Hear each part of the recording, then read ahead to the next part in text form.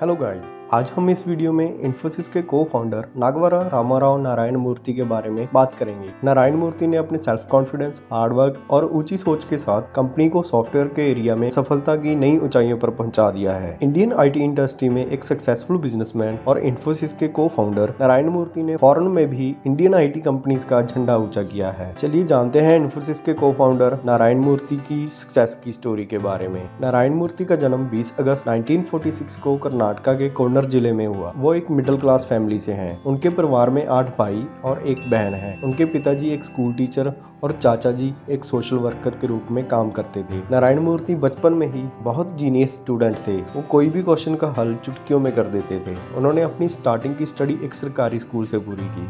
उसके बाद उन्होंने आईआईटी कानपुर में एंट्रेंस के लिए एग्जाम दिया और जिसमें उनको स्कॉलरशिप के साथ एडमिशन मिल गई। लेकिन स्कॉलरशिप से स्टडी का खर्चा पूरा ना होने के कारण उन्होंने अपनी पिताजी की सलाह लेके एक local engineering college national institute of engineering में एडमिशन ले ली और साल 1967 में वहां से बैचलर ऑफ इंजीनियर की ग्रेजुएशन की। के बाद 1969 में आईआईटी कानपुर में मास्टर्स डिग्री प्राप्त की। नारायण मूर्ति को मास्टर डिग्री करते टाइम ही एचएमटी, टेल्को, एयर इंडिया और ऐसी बहुत सारी कंपनियों से हायर सैलरी पे नौकरी करने का मौका मिला। लेकिन उन्होंने अपने करियर की शुरुआत आईआईएम अहमदाबाद में एक चीफ सिस्टम प्रोग्रामर की पोस्ट पे 800 रुपए मंथली सैलरी पे काम किया। वहाँ वो हर रोज लगभग 20 घंटे काम करते थे। अपनी नौकरी के दौरान ही उन्होंने एक टाइम शेयरिंग कंप्यूटर सिस्टम बनाने का काम शुरू किया। इसके बाद 1970 के बाद वो कुछ देर के लिए पेरिस चले गए और थोड़ी देर बाद वो इंडिया लौट आए। उन्होंने अपनी सॉफ्ट्रॉनिक नाम की कंपनी शुरू की जो कि जल्दी ही बंद हो गई। उसके बाद उन्होंने पुणे में पटानी कंप्यूटर सिस्टम में नौकरी शुरू की। बाद में वो इन्फोसिस कंपनी के अलावा कई बड़ी कंपनियों में डायरेक्टर के रूप में काम करते रहे। वो एचएसबीसी के कॉर्पोरेट बोर्ड पर इंडिपेंडेंट डायरेक्टर की पोस्ट पे और डीबीएस बैंक, आईसीआईसीआई, एनडीटीवी के भी डायरेक्टर रह चुके हैं।